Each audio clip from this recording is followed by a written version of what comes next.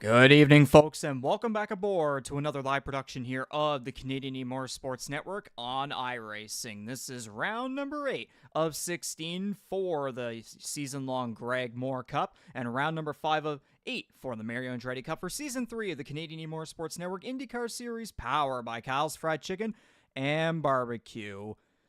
We are here for the GSGSG 112, just near Elkhart Lake, Wisconsin. Road America.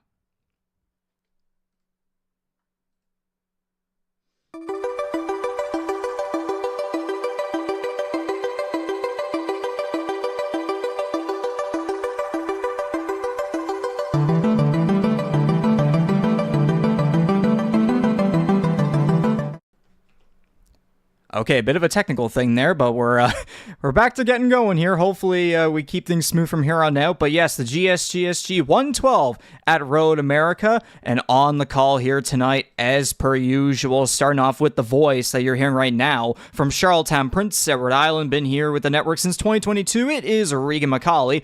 On the other side, he's been here since the very beginning of the network, and I'm going to have to start getting used to the fact that he is now back in the wilderness of Prince Edward Island somewhere instead of on the other side of the country in Alberta, Canada. It is Jordy Caraher. Jordy, welcome back, and welcome back to both to commentating here on the network, and also welcome back to the island.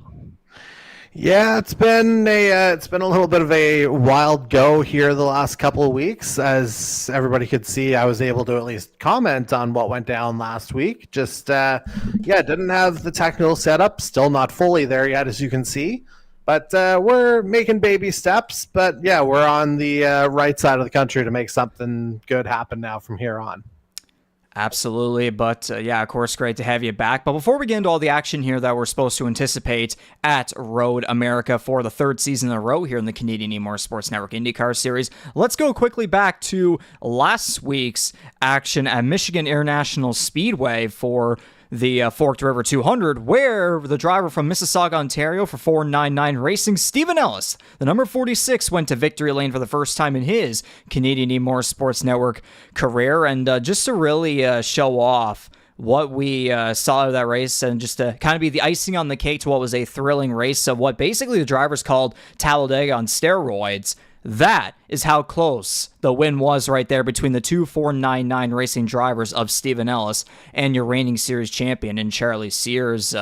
Unfortunately, even though it did look as though the all three 499 Racing cars were going to be right up front, right there, ready to battle for the win, but a big wreck towards the end collected multi-time race winner this season, Bradley Sexton. So unfortunately, he was not able to finish the race off with these guys. But regardless, these two were able to put on a hell of a show and a hell of a battle still and get 499 Racing on top in the top two spots. And yeah, over 20 lead changes, consistent pack racing, and it was pretty much green flag racing all the way up until about the 70s-ish or so, and then we had a couple of incidents, and then we had like a 6 or 7 car pack going at it for the win. Jordy, how have you been catching up on all the action that we saw back in Michigan last week? Well, like I said, I got to watch the second half live. I definitely saw that.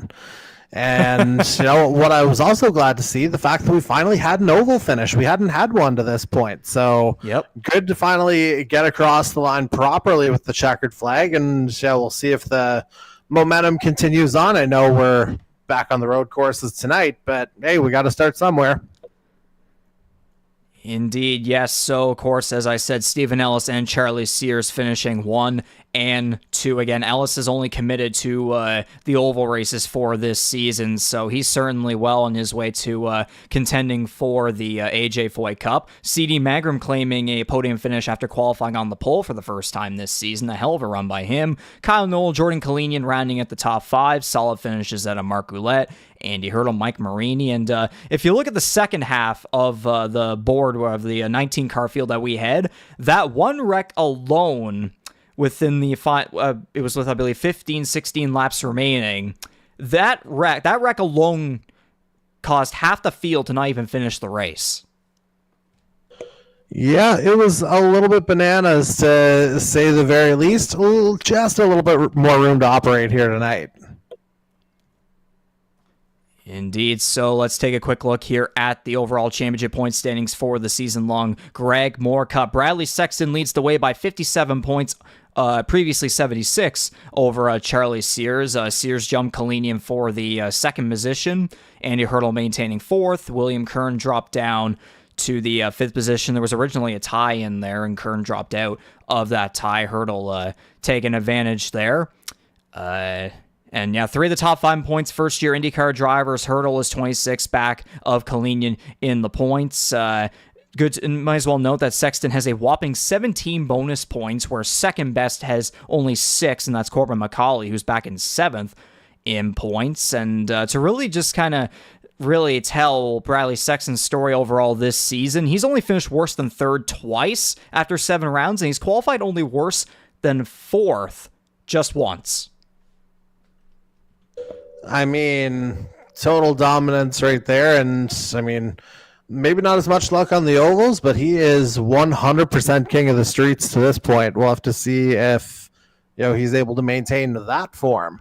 Absolutely. He remains undefeated in the Mario Andretti Cup so far. He has won all 4 road and street course races so far this season. Barber, Long Beach, Zandvoort, and he barely was able to get Montreal over teammate Charlie Sears there in the closing laps. It was a bit of a chess battle between them in the CGV 100 presented by Kyle's Fried Chicken and Barbecue on October 15th. So again, we're going to see if those two kind of go at it here once again. Jordan Kalenian, though, still holding firm in second place over Sears by only 3 points now. And in behind Sexton, he is 76 points back of the number 21 out of Fishers, Indiana. So there's a lot of catching up to do, but still plenty of time to make things happen. Yeah, 100%. But I mean, he's got to get on the gas just about now, essentially, because I mean, I certainly haven't seen anything to suggest, Bradley Sexton slowing down anytime soon. Indeed so, and since qualifying has just got underway here at Road America, we've been caught up in some technical difficulties, so we have to quickly get over to that, of course. Just to quickly go over the Nations Cup and the Rookie of the Year points. Nations Cup, it's self-explanatory. The United States have continued their pure domination. Sears, Magrum, Kyle Knoll, Kalenian, and Andy Hertel leading the way for the States back in Michigan. Stephen Ellis with the win gets a lot of good points for Canada, along with Mark Ouellette, Mike Marini, Hunter Young, and Corbin McCauley. Bradley Sexton, Jordan Kalenian still going at it for in between first and second place for the Rookie of the Year standings after round 7 of 16. Kern and Fountaine holding on to 3rd and 4th. Stephen Ellis moved up to 5th over Jason Heaney. And with all of that being said, we now move on here quickly to the schedule where, Jordy, it's hard to believe that we are now wrapping up the first half of the 2024 IndyCar Series calendar here with the GSGSG 112 at Road America. 28 laps, 112 miles, back to the regular road/street course qualifying format, best lap in 15 minutes. Previous winner being the reigning series champion Charlie Sears. Going into tonight, what are your expectations? How are you looking forward to it? Just knowing maybe what happened last year. Obviously, different cars this time around, which is going to make things a lot more interesting. But what do you expect out of the track that is the longest on the calendar? I mean, basically the American equivalent to Spa in terms of length and, maybe not so much on the elevation side, but certainly similarities in terms of, your fast-flowing corners. It's going to be a challenge for everybody, but ultimately it's going to come down to, who is maintaining car control the best to be able to kind of maximize some of the longer straights that we have here tonight. And you want to do a quick hot lap starting now because Sears is just getting to the line. May as well, yeah. And so, yeah, let's get right on board with our dear friend, the number 32, and there he's taking that quick entry into turn 1. You take that, your marker's about 3 pylons there. There's a mini turn 2, but now you're braking hard into 3 here. And yeah, Sears with a good exit out of 3, and this is the Moraine Straight that he's coming down. A little mini kink known as turn 4. And he's coming, wait, is he on that section of the track? Oh yeah, there he is. Just the straight was much longer than I thought. Anyway, there's turn 5. I kind of got a little thrown off by the scenery. Quick little climb here, turn not long after that Corvette overpass into turn 6. And now just a couple of quick lefts and rights here. Hard braking zone coming up. And this is turn 8 that we've just gone through. And now we come into the carousel, one of the more famous turns here at Road America. Maybe a slight lift about halfway through, but you can take that roughly at 140 most of the way. Then you're just building up speed through this section. The kink here, take that flat out.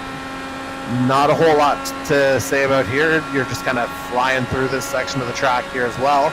But you brake hard into this Canada corner, down to about second gear here. And now it's important to get a good exit because you got to build up speed through this section of the track, mini turn 13, final braking zone coming up. And that'll take you down to about 90 miles an hour. But again, getting the exit right is super important because this start-finish straight is super long. And just like that, that is a lap of Road America, and a very good one at that for Charlie Sears. Indeed, so a 145.335 is what he just put up on that lap there, and he's currently at the top of the board over Andy Hertel and CD Magram. We have 13 cars here in the server that look like they're ready to do battle here for the third annual GSGSG 112 victory here at Road America. I believe 13 is also the count that we had for last year's race, so certainly not a number compared to what we've had in some of the past races this season, like back in Michigan and Texas, where we had like nearly 20 cars. I mean, Texas, we had a full 23-car field. Michigan last week, we had 19 cars. The road and street courses certainly haven't had the absolutely perfect numbers, but then again, though, whenever the quantity is not great, we still have fantastic quality. Yeah, absolutely. That's something that's kind of become a hallmark of what we've done over the course of the last 5 years. Proof's kind of in the pudding, so to speak. Here's we're potentially awaiting the arrival of Kyle Knoll. We'll see if Windows updates are going to be nice to him here. But yeah, certainly as you get to know drivers, their preferences for certain types of tracks as well, which is perhaps not a huge shock as to why you're seeing bigger turnouts on the ovals. The road and street courses, they certainly provide their fair share of challenges, but for those who love them, they can make for some really fun evenings, and I wouldn't be surprised if we wind up with a semi-decent one here this evening. Absolutely. Again, this track is certainly going to provide its challenges of its distance, which will then cause endurance against all these cars and stars of the Canadian E-Motorsports Network Indycar Series. But yes, this track is located near Elkhart Lake, Wisconsin, about 3.5, just over that, hours away from the home of the driver of the number 9 car of Jason Heaney, who comes out of Altoona, Wisconsin. Road America has hosted the real-life Grand Prix of Road America, go figure, for real-life IndyCar since 2016, with some on and off NASCAR racing as well. Hosted CART back between 1982 and 2004, and 2006 and 2007. And yes, when we're talking about distance with this circuit, 14 turns, 4 miles, 6.5 kilometers long. It's self-explanatory when you read off those notes. And whenever you did that hot lap there as well, it's a freaking long track. It's no wonder that we're only doing 28 laps here. We did 30 last season, so 2 less laps. Just a tiny little bit less time for drivers to get the job done. Yeah, but you're welcome to the drivers for 2 less laps of this potentially terrorizing place. Yes, that too.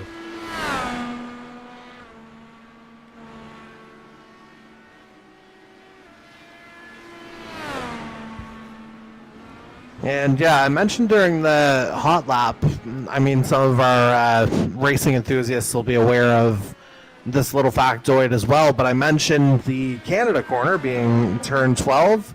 There's a particular reason that it's called Canada Corner. It goes back to right around when Road America was started in the 1950s, or when it was constructed. One of the first races they had there, they actually had local Boy Scout chapters cleaning up the track after events.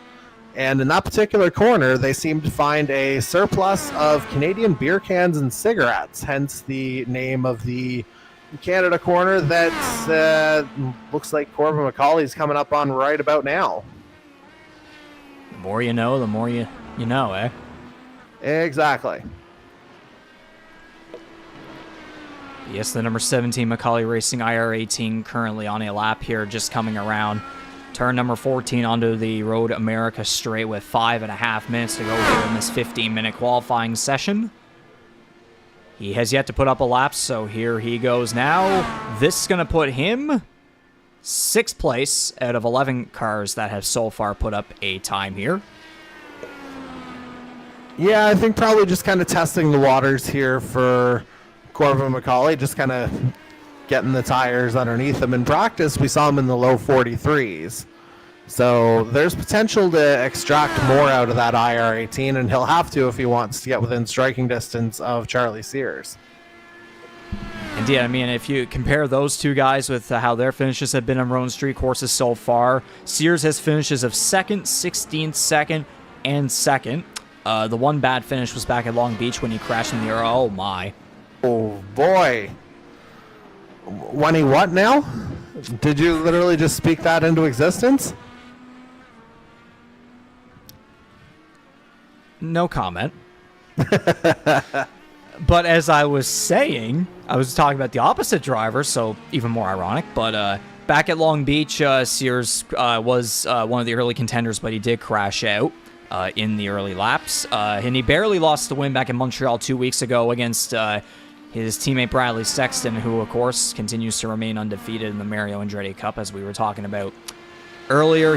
Sears did take the lead over Sexton in the closing laps, but then there was a fatal error with 2 laps remaining going into, I believe it was corners 8 and 9, which led to Sexton retaking the lead and going on to win on the final lap by about a second, 2, 3, somewhere in that range. So yeah, Sears continues to remain winless overall in the season through 7 rounds, which, again, if we go back to last season, Sears did get a couple wins in the first half, but he really didn't turn it on until the second half, and he's still well in the picture for a championship, pretty much in all 3 of the simultaneous ones that we have going on right now. So again, we're just getting to the halfway point of the season.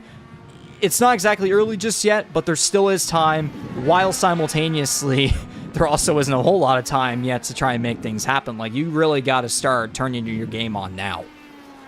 Yeah, this is where the alarm bells start to get a little bit louder for anyone who happens to be in the field. Again, the guy we're watching right now, he's literally got a hand on the Mario Andretti Cup as it is.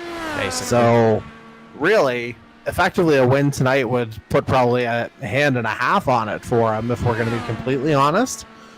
And I think that's the difference between this year and last. The fact that, Charlie Sears kind of, drew the attention of his own competition in a sense, because, again, they're teammates with 499, but Charlie Sears was kind of the first one to break in from that particular stable, and now he's brought Bradley Sexton and Stephen Ellis with him on the oval side of things. And you know what? A rising tide lifts all boats, right?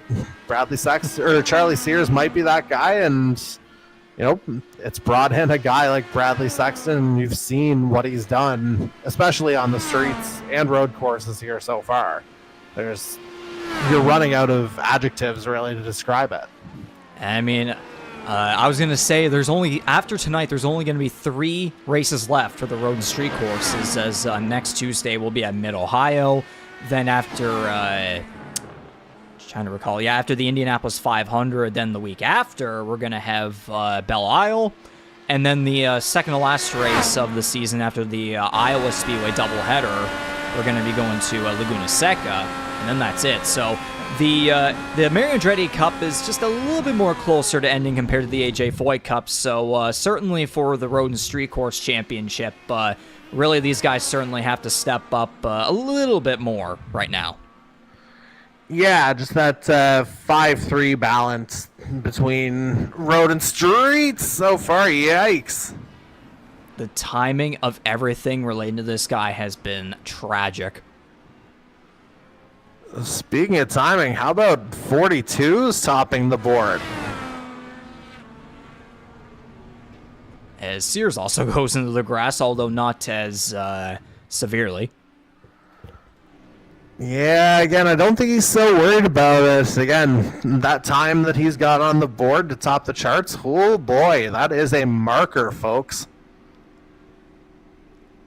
And again, through 4 rounds so far for the Mario Andretti Cup, like 3 runner-up finishes plus that crash at Long Beach. Like he has been long overdue. Like even counting the whole season, counting also the oval races too, he's been well overdue to go to victory lane. Like Bradley Sexton has gone 4 for 4 on the road and street courses. Stephen Ellis finally went to victory lane in Michigan last week. Go figure, just barely over Sears. So I mean, knowing the guy, like he's lovable, he's lively, he's got a great personality, but we just know that deep down inside of him, there has to be some sort of understandable frustration.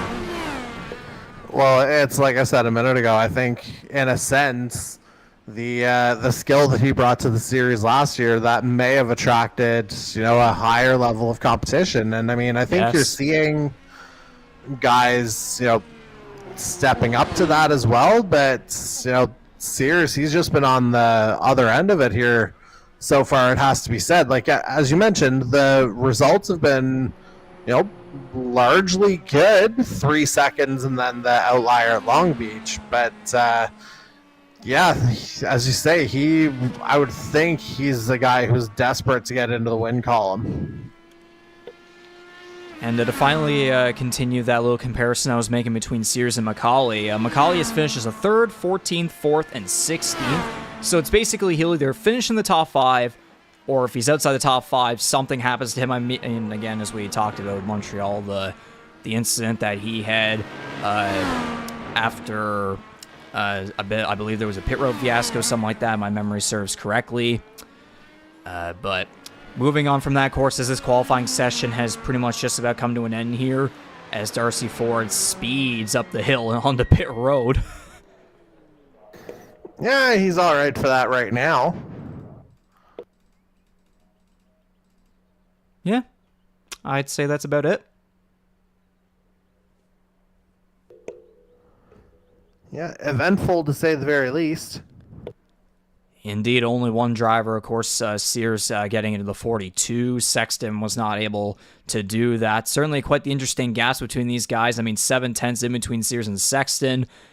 And then that little bubble there in between about 3rd and I'd say 7th. I want to keep an eye on that. 1.2 to 1.5. Might have some fun might have some fun midfield racing.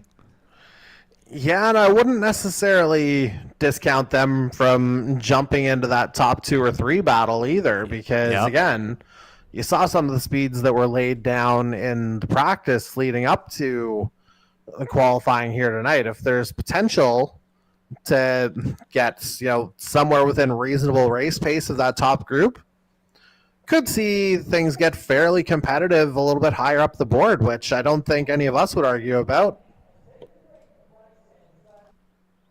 Indeed. So with all of that being said, just before we go, green flag racing here for the 3rd annual GSGSG 112 at the Virtual Road America. These cars are going to line up on the front stretch, and as we have for the past couple of weeks, just to kind of not mess around with the fuel game and all of that, we're going to introduce each and every one of the drivers that are going to do battle here tonight. Right here on the front stretch, and then we'll get them to fire up the engines to go racing for 28 laps. And certainly, I think it's definitely made things a lot more smoother going into the races as well, compared to having to, all the cars are pacing, and then if we were taking too long, we'd have to do an extra lap, maybe another extra lap, especially on the ovals in particular. That was a struggle for a lot of the time. So again, things have been a lot more smooth within the last couple of weeks with this little bit of a change here.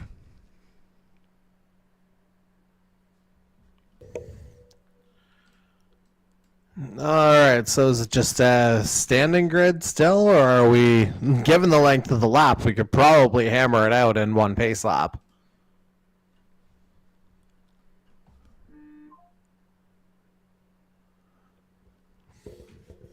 You know what? Sure.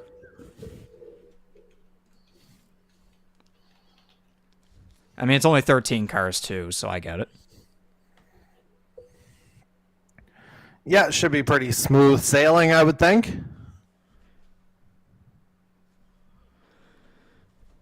So yeah, quick change of plans right there. I'm going to go into the iRacing voice chat and actually give these guys the command right now to fire up the engines to go racing for 28 laps and 112 miles here at the virtual Road America. Round number 8 of 16 on the Season 3 Canadian E-Motorsports Network IndyCar Series powered by Kyle's Fried Chicken and Barbecue calendar, and round number 5 of 8 for the Mario Andretti Cup, the Road and Street Course Championship. Stay tuned, folks. We'll be back in about a minute or so.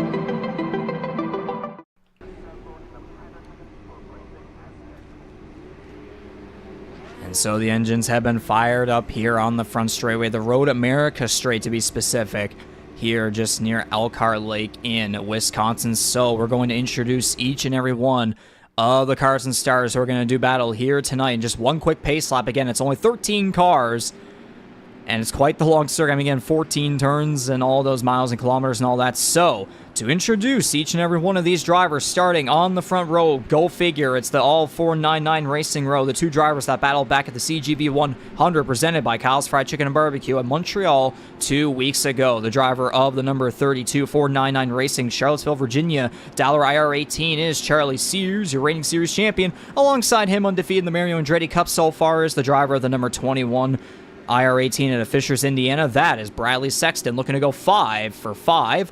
Row number 2 has the driver of the number 7 car for 519E Racing at Dayton, Ohio. That is Andy Hertel. And alongside him is the pole sitter from last week's race in Michigan, finishing on the podium, looking to continue that momentum. The driver of the number 1 Tornado Alley E Racing car of Atlanta, Georgia is CD Magram. And rounding out the top 5, hey, I'm on the island. Let's go to an island driver here in the form of Harrington PEI's Darcy Ford, driving for 519E Racing. He starts 5th. Then we head down to Salisbury, North Carolina, where we find the 00 of Jordan Kalenian, who will start this one 6th. Moving on to row 4, and we come back to Prince Edward Island, where we find Charlottetown PEI's Corbin McCauley, driving for, I think we settled on McCauley Motorsport, right? McCauley Racing. Okay, McCauley Racing. Either way, the driver of the number 17 is starting 7th. On his outside, the number 41 GTR Motorsport entry of Jose Mercado out of Kissimmee, Florida. He starts this one in 8th. Row number 5, rounding at the top 10, the driver of the number 31 Hyperdrive Esports IR18 out of Dansville, New York, the winner back at Pocono Raceway. That is William Kern. Alongside him is the driver of the number 12 car at Thunder Bay, Ontario. Another Canadian right there. That is Mike Marini. And row number 6, where we have the driver of the number 2 Winston Racing Group car at Stanchel, Prince Edward Island. There's another Islander in there for you. That is former Canadian E-Motorsports Network founder and director Daniel Cudmore. And then alongside him in 12th place, the driver of the number 80 First Gear Racing car from Pefferlaw, Ontario. That is Mark Ouellette. And Jordy might as well end off with the guy who is driving in his home state right now. Yeah, 1000%. Altoona, Wisconsin, representing First Gear Racing. It is Jason Heaney who will bring up the back of the field here, starting in 13th. And so here is the race analysis. 28 laps, 112 miles. Pit road speed is 45 miles per hour. The fuel window is going to be 10 to 12 laps, so two-stop race by the sounds of it. Available tire compounds, once again, the primaries and the alternates back at after, again, at the ovals back at last week at Michigan. Only the primaries were being used. So there's two different tire compounds to choose. Primary is longer lasting. It's a harder compound, normal grip. Alternates are shorter lasting, softer compound, and more grip. And push to pass seconds are back here. 200 seconds available per driver. So again, for a track like this and that fuel window and the two tire compounds back, push to pass, there's going to be a lot of interesting factors at play here today in the virtual world, but tonight in real life, of course, since when we're doing this right now, and a lot of strategies that will come to play. And I mean, it starts right off the bat. If you look at the telemetry, Sears is on the red wall, Sexton's on the white. Indeed so. And as the iRacing pace car is going to roll off, these cars are going to come up the hill to the Road America straight. 28 laps, 112 miles. The third annual GSGSG 112 at Road America is underway. Yeah, well, it looks like another 499 getaway here, at least off the early going. Sears will have a nice inside line into one. Oh, boy, in front of the field. Oh, boy. That was C.D. Magrum, almost collected Darcy first. Oh, they're crashing in the back. Yeah, that felt almost inevitable, didn't it? Mike Marini also gets collected in this one. The rear wing about off the car. Magrum's front end completely gone. Again, if that guy didn't have bad luck, he would have no luck at all on the IndyCar side of things. Especially, too, after qualifying on the pole and then finishing third back in Michigan last week. Just for the road and street courses in particular, Magrum with finishes of 17th, 3rd, 11th, and 13th on the road and street courses. Yeah, it's just not working for him, whatever it is, because, like, on the NASCAR side of things, we're praising him as being the model of consistency across the board, and yeah, it just hasn't been the case on the road courses here so far, and it didn't take long for Lady Bad Luck to rear its ugly head again. So here's the replay. Magrum, just took into the corner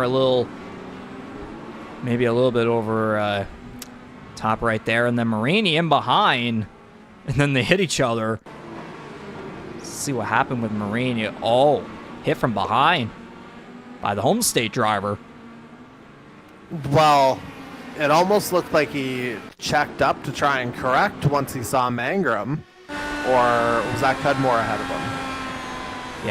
Yeah, I believe Cudmore was in there ahead of him, but yeah, Magrum goes right around. Yeah, Marini's on board would be telling here, because we'd be able to see if he goes down gear. Yeah, second gear going through one. Yeah, that's not going to work.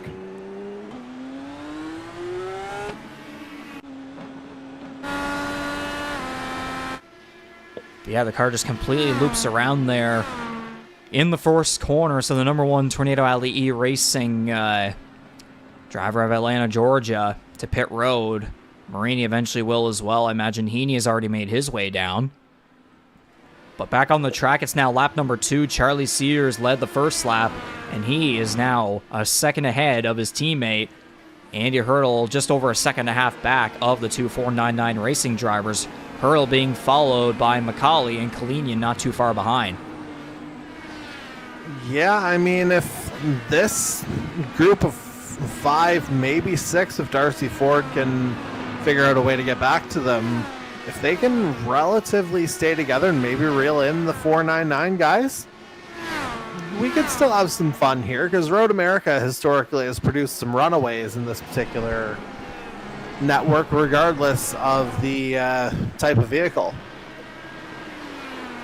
And I don't know if exactly comparing a NASCAR to IndyCar in this case is exactly the appropriate thing to do. But again, remember Matt Tifft and Jeremy Clements a couple of years back in the NASCAR Xfinity Series. Just saying. Yeah, it'd be nice to, have some, concrete competition. Oh, what's going on? I guess just a slow pit exit there. That looked a little bit harrowing, to say the very least, though, as the leaders were coming through. Yeah, that was a little awkward there as Marini and Magrum were exiting off of pit road and the leaders were coming by at the exact same time. Yeah, it's tough, though, because where that pit lane ends, I don't know if we necessarily can get a good view in terms of where a car can rejoin, but I mean, the apex of turn 1 isn't far away from the pit exit, so you guys want to be responsible, but they're going to have people flying up on them, so there's got to be an abundance of caution coming through there. And look at this driver trying to turn around the luck that he's had for the past couple of weeks. Corbin McCauley takes third place away from Andy Hertel, and now currently on the podium. Indeed so, and again, mentioned it off the top, but there's a capability for him to run some really fast laps here, whether it's borderline quality or practice times, maybe not quite that fast, but he's a guy who has pace whenever he's got his head down, we'll put it that way. Sexton trying to reel in his teammate Charlie Sears down the Road America straight now, coming to lap 4. And he's going to have quite the run behind him, too. 5/10, 4th, now 3, almost 2.5. And notably, all of this is without push to pass. That is pure slipstream on that main straight. Indeed, we did see a couple of drivers there on the leaderboard use a couple of push to pass. McCauley used up a decent amount there just to get past Hertel. Kalenian has used some. Ford about a second there. Mercado's used some. Cudmore. Ouellette's currently using some right now. And Cudmore does. Oh! Sexton in the lead. That's, might have gotten him under brake. Oh, Sears ran wide. Into turn 5. Yeah, just took the corner a little bit too much right there. Into the grass, easily lets Sexton by. Yeah, because I was going to say, 6 wouldn't be a bad overtaking spot because you're coming up the hill and you could potentially outbrake a guy. But, I mean, Sears made the job easy for Sexton, and I think a collective uh-oh might have come through the field. And that, because of that, that's helped McCauley and Hertel start to now reel in the number 32. A second separating the 32 and the 17. But then only a second between the 21 and the 32. So only just over 3 seconds between first and fourth at the moment. And McCauley's trying to join that battle. He's got the push to pass engaged.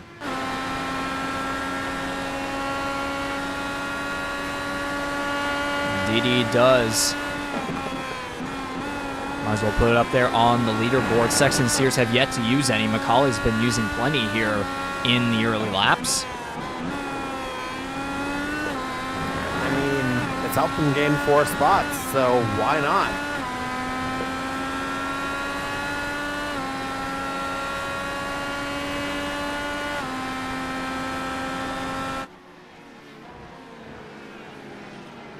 And now Sears starting to decrease the gap that there was between him and Sexton after what happened back there in turn number 5. And I was going to say it before some other stuff happened there. It was almost like shades of what happened back in Montreal. Well, you didn't even have to speak it into existence that time. It just kind of happened. Yeah, basically a show don't tell, tragically. Pretty much, yeah.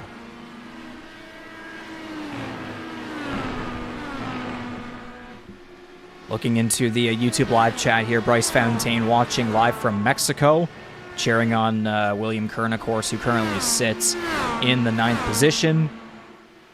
Scarecrows Gaming cheering on the First Gear Racing guys and Mark Roulette and Jason Heaney. Nick Eby cheering on 499 as per usual as well, so appreciate each and every one of you for tuning in. If you haven't left us a comment or anything like that, let us know who you're cheering on, where you're cheering for. Oh, no! Oh, big save! Wow. Man, Hertel, this is just going to be like taking candy from a baby, though, unless Macaulay can get up to speed. Surprised Hertel wouldn't have deployed push to pass after seeing Macaulay flailing like that out of turn 14. And I can confirm I heard a reaction to that one. I bet. How's your sense of smell? My sense of smell? Well, we'll see what other kind of reaction he had after that, because I know what I'd be doing. Okay. It took me too long to understand that. Yep.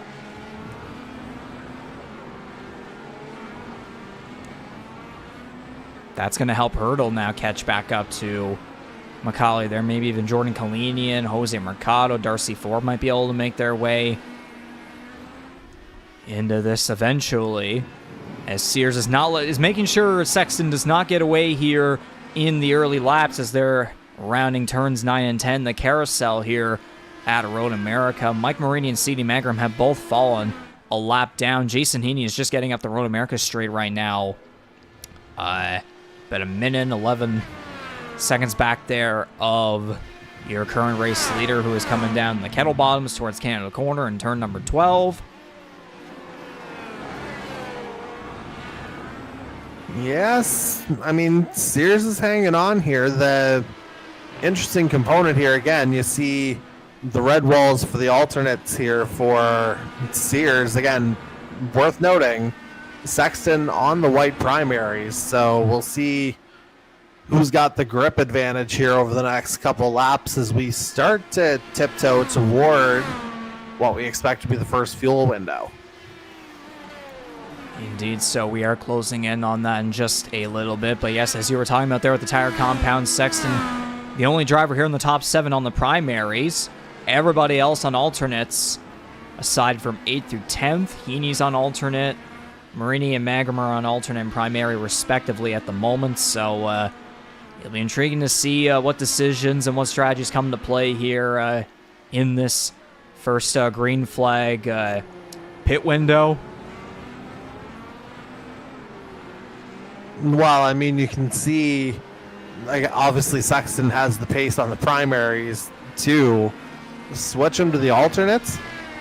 Boy, oh boy, there could be even more speed to unlock here for the 21. We'll just have to see what happens. I presume that'll happen in this particular stint once they come in. And that's the thing, too. What's it going to mean whenever Sears goes to the primaries? Is he going to be able to change things back up and be able to get back into this little bit of a chess match that he had with his teammate back in Montreal? I mean, you could apply that to just about the rest of the field as well, or at least the top half of it.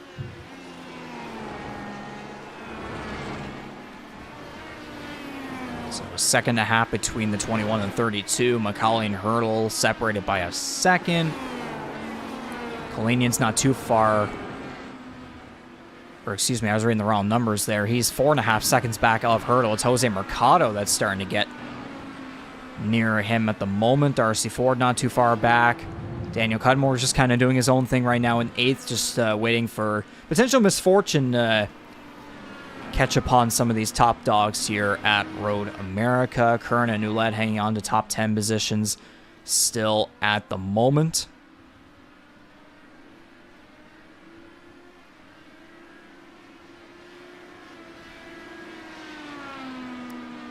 And yet, for the most part, it feels like the show or the narrative remains largely the same as we've seen on, pretty well all of the road courses here so far. It's 499 dominance again. Oh, and Macaulay just went far there into turn number 5. That's going to give Hertel the opportunity to retake the bottom podium position. He's going to do that easily into turn 6 as well. It's a new third-place driver, the number 7, out of Dayton, Ohio. Yeah, Hertel kind of biding his time there. I mentioned earlier maybe being a little bit surprised that he would have deployed the push to pass when he saw Macaulay in trouble earlier. But ultimately, everything kind of played into the 7's hands here once again, and now we'll see if Macaulay can mount a response as they come through this absolutely monstrous high-speed section of the track. They would try and get him under braking into Canada. No dice, not close enough. Stay close, but there would have been absolutely no room whatsoever to make something happen there. That would have easily ended up in an accident. So yeah, the better, smarter choice was to remain patient and behind. Road America Straight might be where he can make something happen, though. Yeah, and again, if you get push to pass plus the slipstream, Hertel could be a sitting duck here. And as long as Macaulay comes through this first corner here successfully, then he'll do it. Then yes, Macaulay takes back the third position. So, you know, as I was talking about pre-race, you know, there will be the 21 to 32 doing their thing, but there's also going to be some fun stuff, hopefully, in the other couple of positions, and we're indeed seeing that here out of third on back. And again, too, if any driver wants to have a bit of ego in the podium finishers picture that we take at the end of each and every race here for this season of the IndyCar Series, then, you know, you might want to go for that. I mean, yeah, why not? Because it feels like third's going to be the primary opportunity to go for it, given, again, the 499 dominance so far. And, you know, good on Corbin Macaulay, it has to be said, for, you know, not letting that mistake that led to him initially losing the position, you know, throw him off too much. Because, again, relatively quick recovery, it has to be said, for the 17, and executed professionally. So, yeah, hats off. Yeah, Macaulay certainly had quite a lot of quick recoveries, and a lot more than that over this season here of the IndyCar Series. And going back to what you were talking about with how the races have been with their own street courses in terms of the dominance out of Bradley Sexton 499 Racing, it's incredible the contrast that we've had within this past month or so, where, like, again, you see on the ovals, we've had 3 different winners, only one being from 499 Racing, and then meanwhile on their own street courses, the Fishers Indiana driver Bradley Sexton is just like, goodbye. Yeah, but he's not getting away here quite the way I would have expected. So I don't know if he's just maybe holding something a little bit back here, or whether that's the primaries just kind of doing their own thing right now. But Sears is hanging around, it has to be said. Well, that's the thing, too. Like, points-wise, he's pretty much in an area right now where he could continue to build up momentum and get away from everybody else. But when it's come to all these races, like back at Barber in Long Beach, nobody could challenge him. But then we saw him go through a couple of struggles at Zandvoort. He even went off track at one point, but was still able to come around and take the victory, dominate the second half of the race. We saw a bunch of drivers, including him, a lot of top dogs, have issues throughout the first half of the Circuit Zandvoort race. And then Montreal, again, as I said, chess match between him and Charlie Sears. He even lost the lead to the 32 in the closing lap, but was able to get it back. He capitalized on an error by the defending series champions. So, again, he hasn't gotten away all the time. It's like there's a contrast between all sorts of factors, you know? I do know, but what I also know is that the great ones find ways to make things happen. Exactly. And we've seen a fantastic demonstration of that from the 21 here over the course of the first half of the Andretti Cup schedule. And here comes the first driver in for this first fuel window, the number 17 of Corbin Macaulay. All right, so this will be interesting to see what he opts for. Presumably, it'll be primaries and a full, fuel load, and we'll see how quickly, the rest of the field decides they need to cover him off.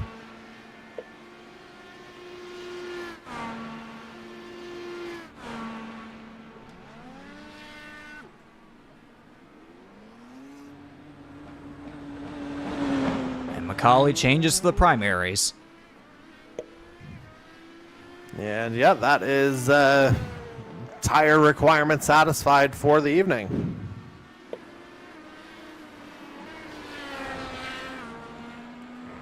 Actually, it looks like Jose Mercado.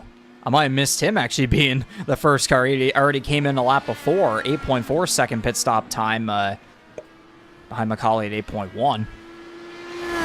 Oh, yeah, look at that.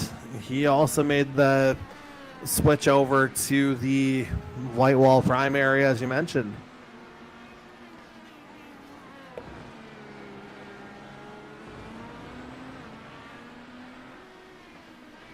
So we still have the top 7 here that have yet to make their way down. Sexton's not going to do it just yet, and neither is Sears. I can only imagine, being the 2499 Racing guys as teammates, more than likely they're going to both come in at the same time. Hertel not just yet. Kalenian will come down this time. He is coming in, yeah. So Kalenian, well, I guess it was Macaulay and Hertel who were primary competition for each other before. But this is Kalenian perhaps mounting a response to the 17.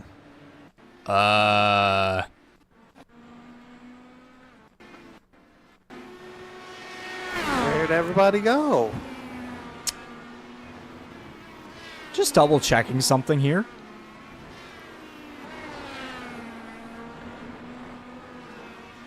Something potentially with CD Magram.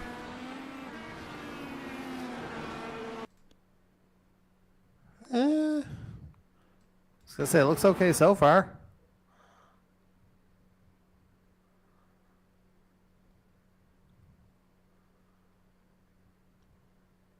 At some point, I'd imagine, because currently on my timing screen, he's out. Well, we've done a full lap with him pretty much. This is going smoothly. And come on. Yeah, there's something would suggest. So yeah, it's showing him as 5 laps down. So it would have happened on lap 7. Oh, there it is. Oh yeah. Just too wide and kind of gets yeeted into the barrier. Yeah, just lofts off the curb there in turn number 14, and it looks as though that ends his night here at Road America. So, from the highest of highs to the lowest of lows after last week. Yeah, again, that is a guy who just, for whatever reason, can't have any luck whatsoever here on road courses.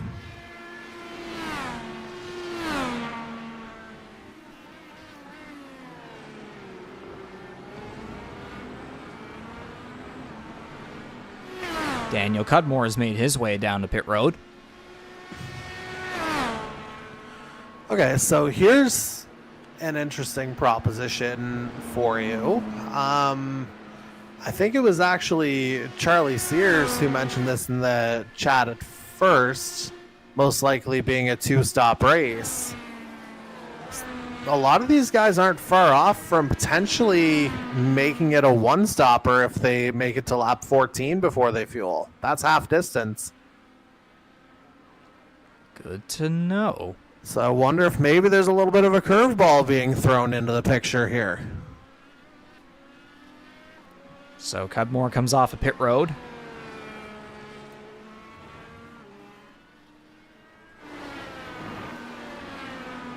This will be kind of moment of truth here now, because they're coming up to the end of 13. He's going to keep going. Okay. Wow. This could be 1-stop territory here for our lead group. Now, didn't we see behind the scenes in the chats, didn't CD Magram mention something about potential fuel game? He 100% did. And then you had Charlie Sears by name saying, quote, definitely a 2-stop race. And yet here he is on lap 14, potentially looking at a one-stopper. So maybe a bit of verbal trickery. Maybe, but also potentially just trying to stay on the same page as his teammate here as much as anything else. Although, did that look a little smoky to you coming out of 5? Or was that just my eyes?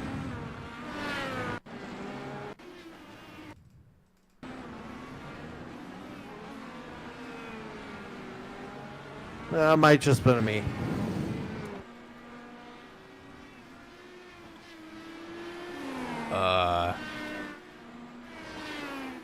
I'm not sure. I think we're probably good. We press forward as Magram in the chat says, yeah, lock them up. Another opportunity next week. So we'll see him back at the Mid-Ohio Sports Car Course next Tuesday night, which, as a matter of fact, too, friendly reminder that we're going to be in November next Tuesday. So we're 2 days away from Halloween, so happy Halloween. We've had a couple of spooky things happen. Can we call this at all spooky? Is this for both 499 racing cars coming in? Yes, it is. Yeah, that felt, again, fairly predictable that they'd try to match each other's strategies here. But again, the fact that it's the tail end of lap 14 that they're coming in, like, I would trust them to be able to save fuel above anybody else, but if others are trying and maybe don't have the same tactics at play, oh boy, things could get interesting at the very end as Andy Hertel's in as well. And Sears does the unrealistic thing. Oh yeah, sure. Well, you said it's Halloween. It's a ghost car. And so's the pace car.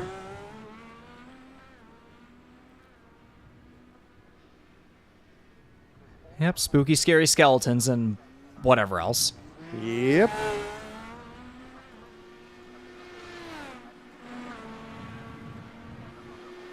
And Sexton now on the alternate. Sears and Hertel on the primaries. Let's see how this goes. Now, if they are planning to one-stop this at this point, this could actually, play into the hands of Charlie Sears later on, because the primary would be considered the more durable compound. Oh boy. Oh, Mark Roulette in trouble. Turn 1 slams the barrier. Oh, yeah. There's some body work gone.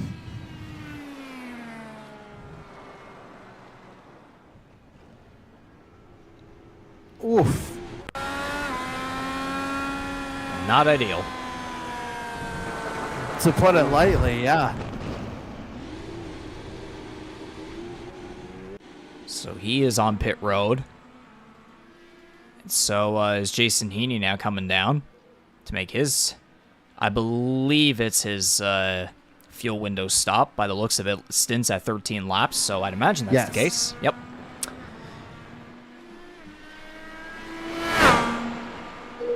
Yeah, it's an interesting little scenario here. The gap hovering around 7 seconds at the top of the board here. But again, Sexton might be able to pull out a little bit more, making the most out of the alternate in the early part of this stint. But as I mentioned, don't be surprised if this one comes back to the 32 a little bit toward the end. We'll just see if there's enough time for him to be able to make up whatever difference is there. And he just used some push to pass there. He's got plenty more compared to Sexton. About a 30-ish difference or so in between them. Sexton has 156 push to pass left, while Sears is at 188. So not sure if that's going to play a full difference per se, but also looking at the average pace that these guys have right now, it's kind of flipping back and forth. I was just going to say Sears just barely had a little bit more average pace, but now Sexton has a little more. Yeah, I mean, to be expected here, just again, given the sheer location of where they are on the track. If they were battling a little bit more, then yeah, maybe. But again, we did see Sears make that one mistake that cost him the lead in the first place. So that could certainly alter the game here as well. Cudmore and Kern both using push to pass here in between 7th and 8th. Cudmore trying to get away. Kern trying to catch up.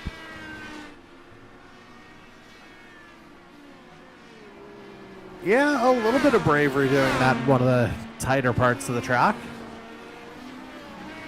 And then Jordan Kalenian, the reigning NASCAR Series Rookie of the Year, currently at the top of the points in a couple different championships that we have going on. He is half a second ahead of the 41 of Jose Mercado. Yeah, let's see. I figured that was going to turn green from the 41. We'll see if Kalenian responds in defense. Yep, there goes Mercado down low down the Road America straight now with 12 laps to go. And he is going to take the 4th place position away. That was clean. Well done. Absolutely indeed clean there. The number 41 Valvoline IR18. Definitely one of the sleeker looking cars that we have here in this field. That's always a thing I feel like Jose Mercado was always delivered on. Always delivery, no matter if it's NASCAR or IndyCar, he always delivers with something. He used the Valvoline scheme back in the NASCAR series as well, and oh baby was it ever brilliant. Absolutely it was. It was a certified classic, it has to be said. Now, looking down the field a little bit, did something else happen to Corbin McCauley to put him over a minute off the pace? Because he was running as high as 3rd. I did see that myself too, but I'm not exactly sure what went down there. Yeah, like I thought it might have been, I wasn't sure what the impact of the outlap would be since he was one of the first to make a pit stop, but yeah, I wonder if something did happen on the outlap, because I think on the timing board I saw it was like, even in the 250s, I believe, the timing. So maybe something happened. Maybe the tires just weren't warm yet.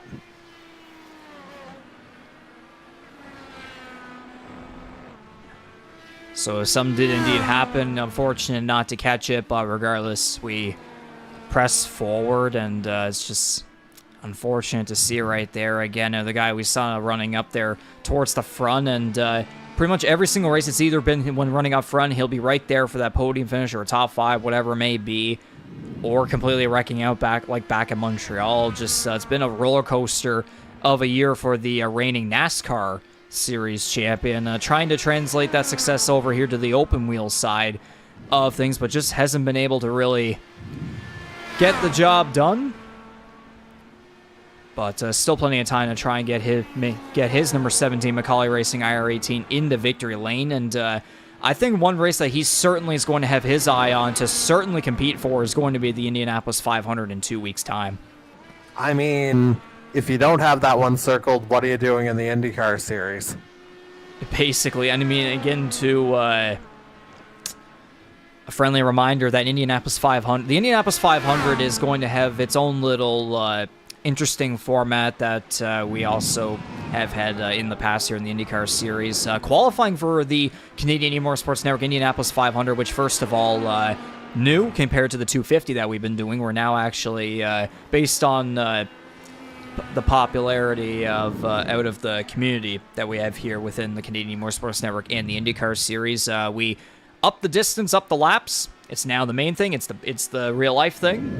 But qualifying is going to be the week prior. So next week we are going to have the Mid-Ohio 90 presented by Bangarang Hard Seltzer, and then right after the checkered flag, we're going to get right into a new iRacing session, and we are going to do Indianapolis 500 qualifying to decide the starting lineup for the November 12th race, which it's going to be the combined 4-lap average. That's how it's all going to work there next Tuesday night on November 5th. And then for the Indianapolis 500, it should be noted that it is going to start an hour earlier compared to the usual times, so it's actually going to be 6:30 p.m. Eastern, 7:30 p.m. Atlantic instead of 7:30 p.m. Eastern, 8:30 p.m. Atlantic, somewhere around there. So do keep that in mind whenever we get to that.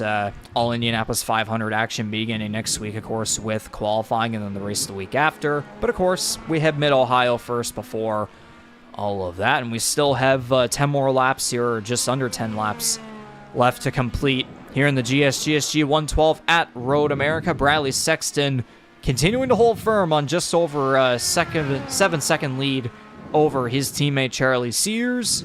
9 cars are left on the lead lap, and at this time we might as well give a special thanks to each and every one of the sponsors and partners that are affiliated with us within the Canadian E-Motorsports Network. Without each and every one of you guys, we wouldn't be able to be doing this every single Tuesday night here on iRacing and on our YouTube channel. So our title sponsor, the series title sponsor, Kyle's Fried Chicken and Barbecue, Rampage Coffee Co., Piping Kettle Soup, Forked River Brewing Company, Bangarang Hard Seltzer, Nordic Aluminum. Of course, the title sponsor for tonight's race, GSGSG Vinyl 3D, GTR, and of course, powering these outstanding broadcast camera angles that you see here each and every single Tuesday night for our live productions on iRacing. TrackCams22.com, thank you very much for supporting us and providing us with these incredible angles of high-octane iRacing action, especially here for Season 3 of the IndyCar Series. Yeah, I mean, especially, at a track like Road America here, a track that's so long, so scenic, you get lots of opportunities to experience some amazing angles. So great to have that additional bit of production, shall we say, for an event like this one. Hey, it took the words out of my mouth. I was going to say this is certainly making things scenic here at the virtual Road America. GSGSG is not going to be back with us as a race title sponsor for the rest of the season. We'll have Bangarang Hard Seltzer with us for the Mid-Ohio 90 next Tuesday. The Indianapolis 500 is just a Canadian E-Motorsports Network powered race. Belle Isle is going to be presented by Kyle's Fried Chicken and Barbecue. Bangarang is going to power the Iowa Speedway doubleheader November 26th. December 3rd at Auto Club is going to be Forked River. Then the 107 miles of Laguna Seca the week after. And then, of course, the Music City Championship race presented by SLB on December 17th. So that's the outlook there for race title sponsors for the rest of the year, as Bradley Sexton, undefeated in the Mario Andretti Cup. He is coming to 8 laps to go here at Road America, looking to go 5 for 5. And judging by that distance in between him and Charlie Sears, it's looking as though, unless something catastrophic happens, this streak is going to keep going, and we're going to be talking to Sexton again. And this, I would suggest, is Brad Sexton taking it easy, because, again, he could have pushed harder on the alternate compound, but that gap really hasn't moved between himself and Charlie Sears on the primary. So that would suggest to me that Sexton is, nursing the tires, making sure that they make it all the way to the end, because, again, a little bit of uncertainty on that given, the slightly shorter stint we had projected before in terms of our initial fuel window, but obviously that got extended. So we'll see, again, how those alternates hold up at the end. But right now, as you say, it's looking very comfortable here for the number 21 to keep the drive for 5 alive. And there's a replay there. I was just going back because I saw Mike Marini had been in his pit box for quite some time. He has a crash just outside of Canada Corner. Goes off and then spins right off the curb and slams the barrier. And his night is done. Just wide on the exit, it looks like. And really, that's an area where you're coming out of that really high speed section, including, the carousel and the kink. But Canada Corner is an important one to nail down in terms of your braking points. And I wonder if Marini was maybe just a little bit too greedy going into the corner or what happened there. But again, you see the end result for what it was. And I just saw here Daniel Cudmore coming down pit road. Well, initially we were thinking it was going to be a 2-stop strategy, right? So that would stand to reason for some guys, as we've seen, Mercado, Kalenian, and Corbin McCauley and Jason Heaney now in for second stops as well.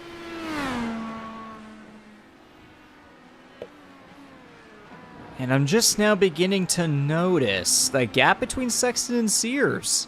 and the average pace starting to change up a little.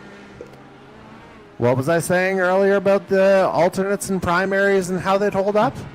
And the thing is too, earlier you were saying Sexton might be able to make things happen on that new compound, maybe get even further away, or it could be the other way around. So,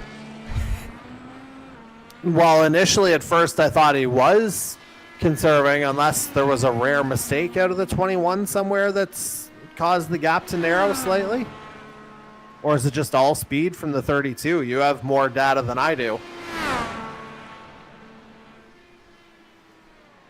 See, I feel like every single time we've been trying to look back and see what's happened to somebody, there's always something that happens while that is happening. So yeah, I don't know if maybe something. I don't know if something just happened to Sexton while we were looking back at what happened to Mike Marini. This race has been odd with that. And again, with the track being as big as it is, it's hard to keep tabs on everybody. Indeed. But now 6 laps to go for the 499 Racing driver out of Fishers, Indiana. Meanwhile, again, his teammate. Again, that gap is starting to decrease just a little bit every single lap. The average pace starting to go in favor of the 32 as well. Now it's gotten a little bit closer. Yeah, Sears is going to need probably a second and a half a lap here to mount a final lap charge. That's realistically what we're looking at in terms of our timing screen here. And yeah, we'll have to see if Sexton has an answer. Again, we were wondering if maybe he was holding off on the on using the alternates to their full power. But if he suddenly has to push, maybe this does become a little bit of a fuel game here for the 21. So CD Mangrum, his earlier assessment might prove to be somewhat prescient here. So that's the thing, whenever these laps start to wind down even further, anything could happen here. We can anticipate anything. So just keep an eye out for any of these guys. Maybe something will happen. But right now, we just continue to watch as this gap continues to just ever so slightly decrease and increase. It's kind of going back and forth between the 21 and the 32. But Sears clearly showing a lot better average pace at the moment. And we don't exactly fully know what the case might be right now. But the picture is going to become a lot more clearer as we wind down towards the final lap, as Sexton has now reached 5 laps to go in the 3rd annual GSGSG 112. There's a guy right here looking to go 5 for 5 in the Mario Andretti Cup. And then there's the 32 who's looking to win at Road America in back-to-back seasons. Yeah, but did you see the same thing I did in that shot a couple seconds ago, Riggs? The fact that we could see both Sears and Sexton in the same straightaway? 32 might be on the hunt here before long. Yeah, it was 5 seconds. Now it's 4.5. Again, the average pace. Sexton is at plus 1.0, 1.1 now. Sears at 0.56. And I'd be curious to see, because we don't see them on the Apgineering, is that push to pass discrepancy still in Sears' favor as well? I believe Sexton hasn't used his in quite some time. He's at 156. Sears is at 176. Okay, so Sears still has more. That's the point I was making. So still, some opportunities here. Yeah, only 20 seconds between them right now. I mean, there's still plenty left for both of these guys here in these closing laps. But at the same time, too, being such a long track, there still could be a chance that these guys might even try. They may end up running out if they try to use a whole lot here, if Sears can catch up in time. And, I mean, he's eaten up about a second on this lap alone. So settle in, folks. I think showtime might be a-coming. Macaulay to pit road for stop number 3. And he's going to go a lap down. Yeah, not the night that he wanted, to say the very least. And you were saying in the same picture? You were saying? Yep. Oh, Sexton is now using push to pass to try and get away. Okay, that's game on now. If you got to defend a little bit, let's go. Remember, Montreal 2 weeks ago, it was these two guys pretty much together, separated by about half to 1 second or so between each other, just sticking together almost like magnets the entire time. This time around, it's Sears trying to catch up after being quite a ways back. And again, remember the start of the race too. He had the lead after winning the pole, and then Sexton eventually got by him after a mistake going into turn number 5. So, again, these two are getting back together, but it's slightly different stories compared to between now and Montreal. 100%. And we'll have to see if Sexton continues the push-to-pass defense. Again, it's clear that it's only going to be one stop for the two of them here now. And you see there as he enters the corner, then there's Sears. 3.5 seconds. Average pace still going in favor of the 32. They'll be coming to 3 laps to go. But again, too, we could have a fuel game situation. You never know. Again, as I said earlier, just wait for anything to happen. Sexton back on push to pass. Yeah, and now it'll be interesting because, as you can see, Sears very much not using it.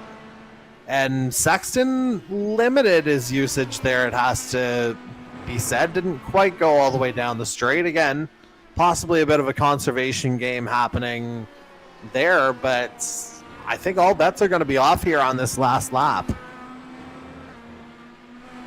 That would be when the within striking distance graphic you see on F1 broadcasts would pop up.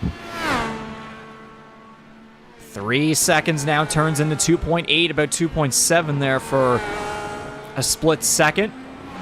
Sears now coming off of turn number 6. Again, it's like there's time, but there also kind of isn't. But then again, we could have a fuel situation. Maybe. We don't know. I mean, there's so many other variables to consider in all this as well. Again, fuel being chief among them. Just look at that distance, 2.5 seconds as they come down the kettle bottoms. Yeah, and it seems like these kind of fast twisting sections, it seems like this is where Sears will kind of make up the lion's share of his time. And the launch out of Canada coming into this last section, again, super critical knowing how much speed you need on this Road America straight.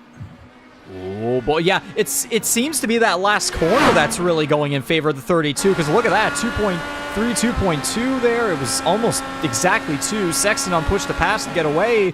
Once again, 2 laps to go.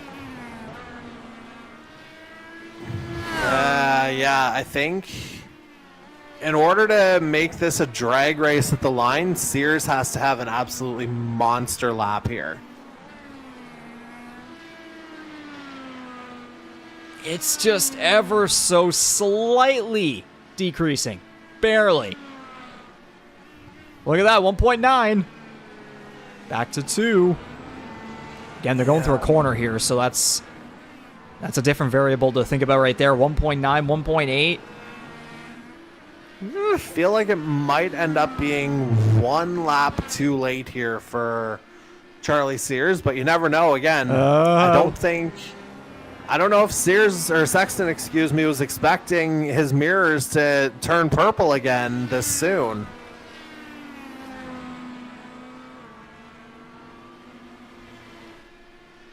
Both are now on push to pass. Let's go. Both on push to pass. 1.4, 1.3.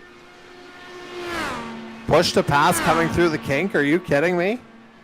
The confidence in these two.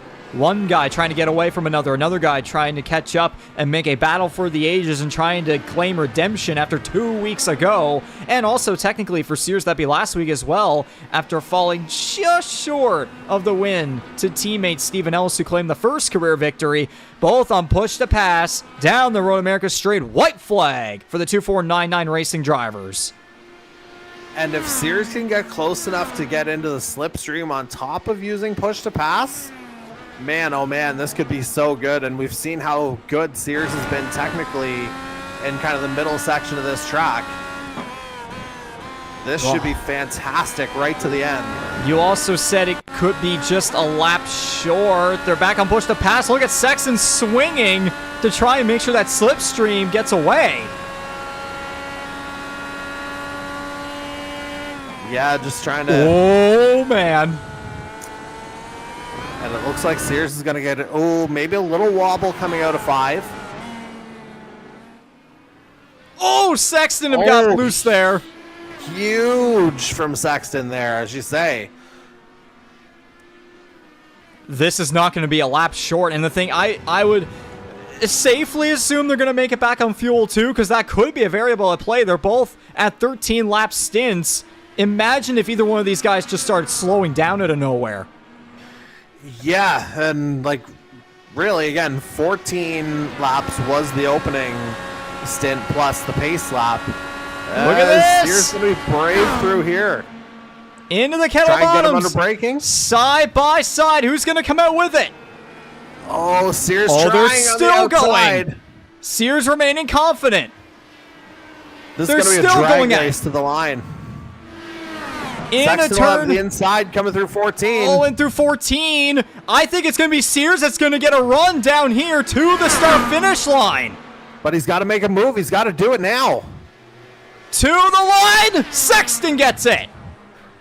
Yeah, just might have waited a fraction too long to get out of the slipstream, did Charlie Sears. And yeah, that's what allowed Bradley Sexton to barely hang on here. What a finish, though, Reeks. It wasn't enough for Sears, but that was still a hell of a challenge and a hell of a battle. And man, oh man, the storyline just keeps building upon itself. The number 21 of Bradley Sexton at Fishers, Indiana, 5 for 5 on the road and street courses. Yeah, I think I'm going to stop in Canada Corner. I'm going to need some cigarettes after the drama of that finish. Andy Hertel is going to claim the final position on the podium as Darcy Ford is going to come around here as long as he gets through turn 14 just fine and down the Road America straight. That is going to be a top 5 for your 2022 championship runner-up.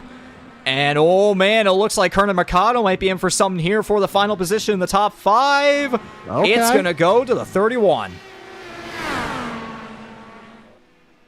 Well, that looks like, probably the only thing anyone from New York's going to claim as a positive tonight by the looks of things. So could be, satisfying top 5 there from Will Kern. And now Jordan Kalenian's going to come around. And maybe not the finish he was looking for, but still not too shabby. 7th place for the 00 out of Salisbury, North Carolina. And then there's going to be Daniel Cudmore to Stanshell PEI in his return to the road and street courses. 8th.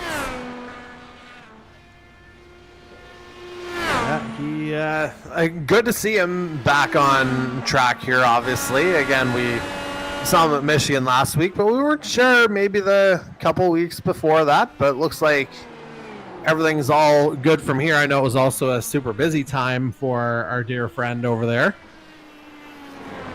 Yes, so the number 17 Macaulay Racing, Dalryer 18 is going to come around now. And unfortunately, it's not going to be on the lead lap, but top 10 finish. It's, well, no, he's going to go to pit road anyways because of that. Yeah, well, man, oh man, though. This guy, well, I don't know where Sears went behind him, but Sexton gets to breathe for a second. Yeah, let's watch this again. Yeah, you see this run here that Sears is going to get now through the kink, down the kettle bottoms, and man, oh man, even though he did not end up coming out on top in this battle, the confidence out of that guy, no fear whatsoever, just trying to go for the win. He had a little bit of a slip right there coming out of Canada Corner and Thunder Valley. And to see these two side by side through the Bill Mitchell bend as well, and then to the Road America straight, that run by Sears at the start finish line was just a couple more feet down the way. It could have been something. Oh, I mean, it was still something as it was, but I wonder if Sears could have gotten out of that slipstream just a hair earlier, because clearly he had the pace to get to the back of him. Just a matter of needing the room to be able to do it. Come on. Come on. Come on. Sure. There you go.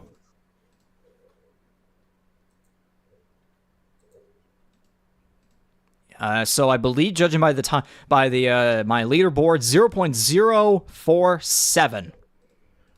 Yeah, that'd be the closest road course finish we have seen in a very long time. Like, look how close that left front is to the right rear. Yeah, like I said, a little bit earlier, and I think it's a dead heat to the line between the two of them. Just maybe a touch late from the 32, and Sexton got a great line into coming out of the Bill Mitchell bend to get onto that straight as well. So full credit to the 21 for holding on when it matters.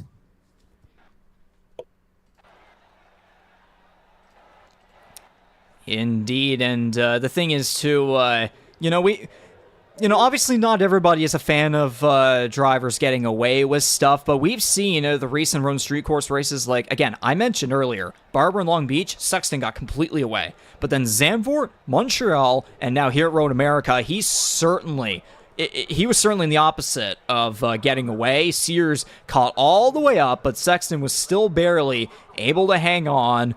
But it's just the ever more heartbreak for his teammate and the reigning series champion, who's now going to go 8 straight races without a win. Like, it's not a championship slump by one bit, but in terms of a win, I just know that guy deep down after falling just short to, again, his other teammate, Stephen Ellis of Michigan last Tuesday. Like, you got a feel for the guy. Well, like I said a couple times earlier, competition breeds competition, right? So that is 100% what's happening here. And now Sears is still looking for answers. But he came damn close to finding one here tonight. So with all that being said, I'm going to head into the iRacing voice chat and have yet again another talk with the man at Fishers, Indiana for 499 Racing. Jordy, you can go ahead and put together some of your own questions there as well.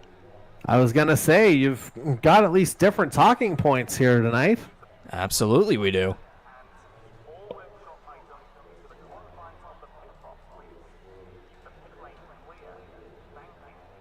So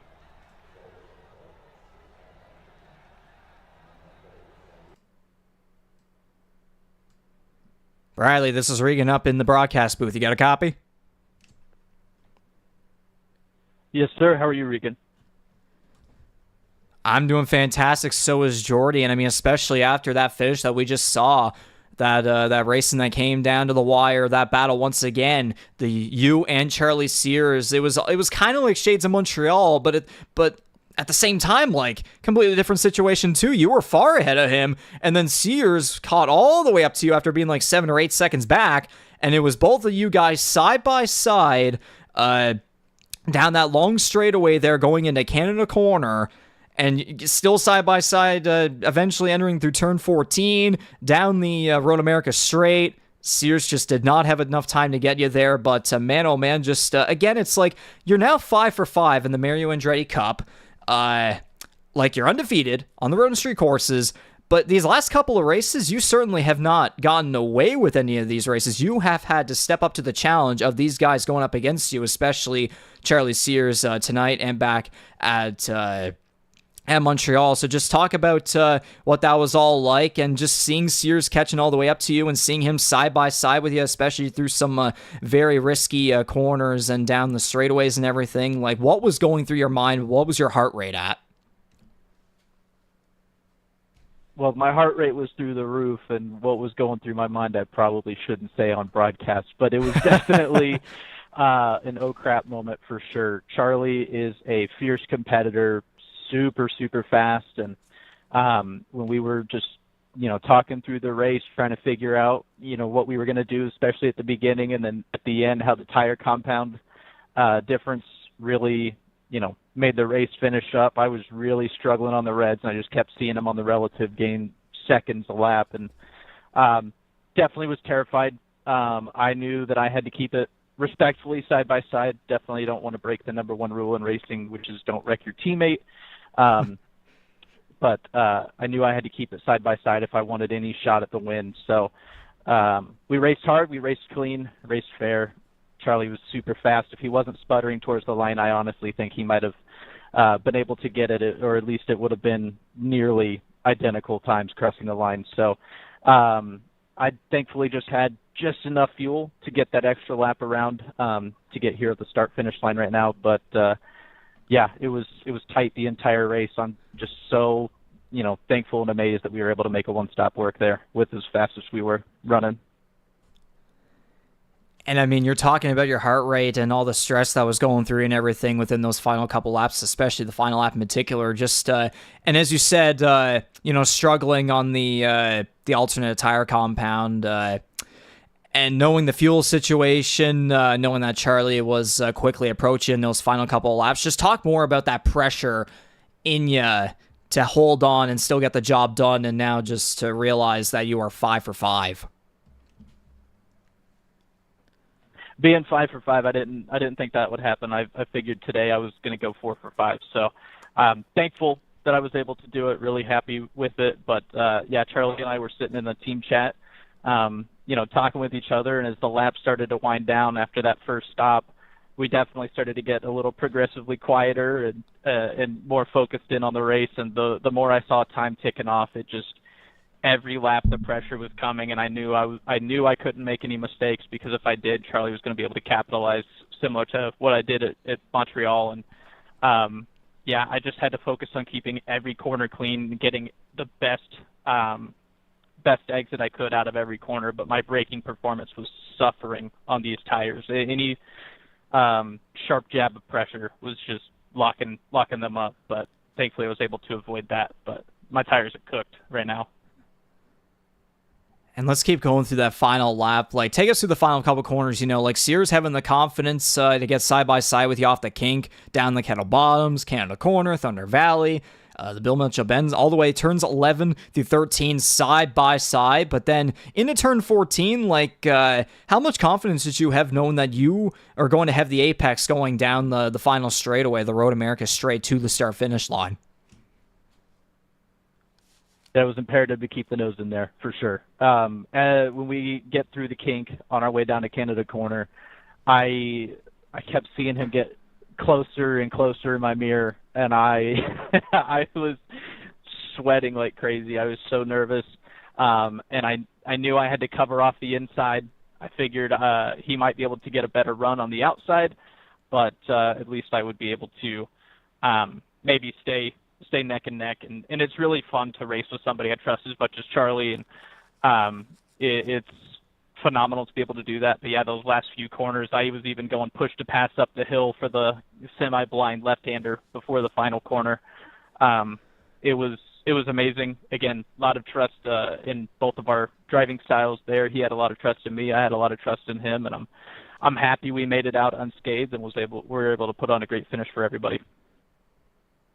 And to talk about that point, you said for the both of you to come out unscathed, just talk about the respect between you two in that great final battle. Overall, lots of respect. And Jordy and I were both thinking there. We thought either one of you was going to be going around. Both you might even were going to go around there. But you two going side by side through turns 11 to 13, and then turn 14, Sears trying his ever so might there to get that run and to barely slip by down the Road America straight to the start-finish line. Just talk about how respectful that battle was overall and how important it was for you to fight that one hard, but also fair, especially as teammates.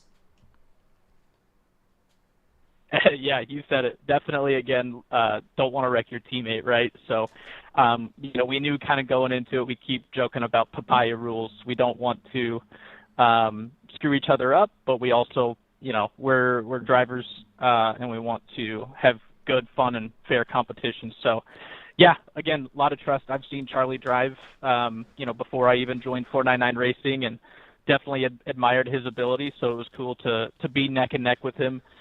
through those corners and the fact that we were able to hold it, I knew that all I had to do was hold my line and not outbrake myself or not mess up. And I knew if I did that, Charlie would be on the outside or on the left side of me trying to do the same. So definitely very important and just an absolute honor to have finished that way with Charlie. And now let's talk about next week, where we head to the Mid-Ohio Sports Car Course for the Mid-Ohio 90, presented by Bang Hard Seltzer. You are going to have two things actually on your mind next Tuesday night. You'll have Mid-Ohio, where you're going to go and look to be 6 for 6 on the road and street courses. But then right after Mid-Ohio, you have to focus on qualifying yourself onto the pole for the Canadian E-Motorsports Network Indianapolis 500. And again, it's not the 250 anymore, it's the 500. How are you looking forward to next Tuesday night? And how are you going to deal with that contrast in your mind between trying to, again, remain undefeated in the Mario Andretti Cup, but also trying to put yourself in a good position going into the Tuesday after, where you'll have the 200-lap Indianapolis 500? Yeah, my focus is definitely more on Mid-Ohio. That's definitely going to, I think, benefit me more to focus on with that. Indianapolis Motor Speedway is definitely, can be a tricky course, especially in qualifying trim. I mean, you only get those 4 laps to, get a good average out of it. So, but I think with that being said, I would really like to focus on hopefully going 6 for 6 at Mid-Ohio. I love that course. Another one of my favorites on here. I truly love the road course selection that we have on the iRacing service. And at this point, the thing that I need to focus on the ovals is just not getting caught up in anything that, not necessarily able to control. So wherever I qualify, whether it's back of the field, front of the field, middle of the pack, whatever it is, I just need to make sure that I finish an oval race. That's what I got to do. Yeah, absolutely. I mean, 200 laps is the full Indianapolis 500. It's not the 250. So again, you'll have plenty of time to try and make things happen there. But of course, you'll have Mid-Ohio before that, and we can't wait to see you try to go 6 for 6 in the Mario Andretti Cup. So before we wrap this thing up, who would you like to thank and give a shout out for being able to come on out every single Tuesday night and get the job done? Absolutely. So, as always, first of all, would like to thank the league admins at the Canadian E-Motorsports Network. All you presenters, really appreciate what you guys do. Put on a great product. Thank you, Kyle's Fried Chicken and Barbecue and GSGSG. Also, again, you'll see that I'm still repping that Breast Cancer Awareness Month livery, fully pinked out. Really, again, shout out to all of those who are affected by it, those survivors, those who are fighting, and those who have unfortunately lost or been lost in that. But definitely sending out thoughts and prayers to everybody there. Shout out to my teammates, Charlie, Steven, and the rest of them at 499 Racing. Thank you to my mom, dad, little brother, and fiance. Also, thank you, Motor Vault, Sparko, and HyperX for all the things that you do for me. Alrighty then, that was the post-race winner interview for the 3rd annual GSGSG 112 here at Road America, round number 8 of 16 on the 2024 Canadian E-Motorsports Network IndyCar Series, powered by Kyle's Fried Chicken and Barbecue calendar. 6 for 6 on the road and street courses is the number 21 of Bradley Sexton for 499 Racing out of Fishers, Indiana. Bradley, once again, congratulations, and we'll see you back next Tuesday at Mid-Ohio. Thank you. See you then, Regan.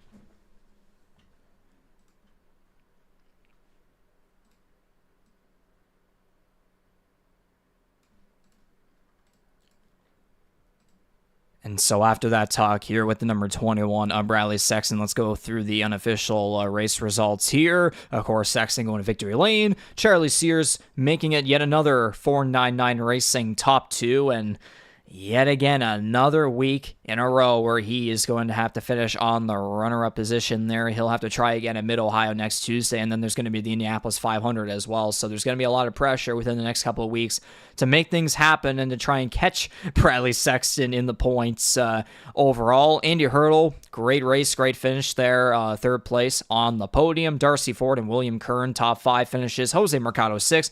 Jordan Kalenian, 7th. Rounding out the lead lap cars is Daniel Cudmore in 8th. Less than desirable finish for the number 17 of Corbin McCauley, but nonetheless a top 10. He finishes 9th, a lap down. Jason Heaney 10th, also a lap down, the home state driver. And then rounding out the field here, the 3 drivers that unfortunately were not able to finish the race. Mike Marini, Mark Ouellette, and C.D. Magrum all crashing out. Marini and Magrum both involved in that lap 1, turn 1 incident. Marini was able to go on just a little bit longer, grab a couple extra points, but still not able to finish out the race and loses out on a top 10 result. But with all that being said, Jordy, overall thoughts on that one? Yet again, another road street course classic there, especially the ending in particular. Well, it took a little while to get there, but once you saw the discrepancies that were in place, you kind of saw the potential for something like that to happen. And, for once, I'm glad that it actually did, because, now you can say you're kind of building off a nice little string of finishes here, whether it's, again, this one, Michigan last week, regardless of the track type. It feels like it's kind of open season now in the IndyCar Series. Now, granted, it's weird to say that given that you've just spoken to a guy who's gone 5 for 5, but I think, like I said at the start of the year, you see more evident gaps then, but it doesn't take long for things to close up, and I think you're starting to see that a little bit now. Even if it's only between a couple of guys right now, it's not like it's automatic the way it might have been at the start of the year. So great to see, and this is just another sign of the overall progression, I think, and here's to more moving forward. Indeed, and that means we are now officially halfway through Season 3 of the Canadian E-Motorsports Network IndyCar Series, powered by Kyle's Fried Chicken and Barbecue on iRacing. And you can already tell right off the bat that there's going to be a lot more appearances at the oval races compared to the road and street courses. I mean, Mid-Ohio, Belle Isle, Laguna Seca to wrap up the Mario Andretti Cup, but then you have the Indianapolis 500, you have the Bangarang 125 twin races, you have the Fork River 250 at Auto Club Speedway, the Music City Championship race at Nashville Super Speedway. That is no doubt going to be a tire wear race to end off the season on December 17th, but just the best way to put it now is we're no longer early in the season. We're now officially halfway. Now is the time for drivers to start stepping up on their game, and they have to be at the best that they've been all season. Yeah, no kidding, especially, knowing what's looming 2 weeks from now. Like, that's why everybody's here. That's what everybody wants. Like I said earlier, if you're not circling that on the calendar, what are you doing in the IndyCar Series, basically? So exactly. This is like the right time to peak, and even if the regular season might be kind of out of reach at this point or getting there, there's still that one massive opportunity there. So you know what, I think this is where we kind of talked earlier about the fact that this is where things have to happen maybe a little bit more. Look no further. Again, quali next week, right after Mid-Ohio. That's going to be a long night. Full 500 miles after that, 2 weeks from now. Hey, look out. Things are only just getting warmed up, I would say. Yeah, and certainly the competition has been ramping up every single week within the past couple of weeks. And aside from the Music City Championship race, the Indianapolis 500 is going to be the biggest one of them all. It's going to be the one that everybody is going to want to win, and it's going to be integral, especially for the AJ Foy Cup, the Oval Championship. So yes, next Tuesday night on November 5th, we are going to have not only the Mid-Ohio 90 presented by Bangarang Hard Seltzer, but we're also going to have Canadian E-Motorsports Network Indianapolis 500 qualifying right after. We're going to have different live streams for that, of course, on the Canadian E-Motorsports Network YouTube channel, so stay tuned for that whenever that night comes around. But two different things going on. We have another race for the Mario Andretti Cup, and then we have qualifying for, aside from the championship race, the biggest race of the season, the full-length Indianapolis 500. So that pretty much does it here for live coverage here of the third annual GSGSG 112 at Road America, round number 8 of 16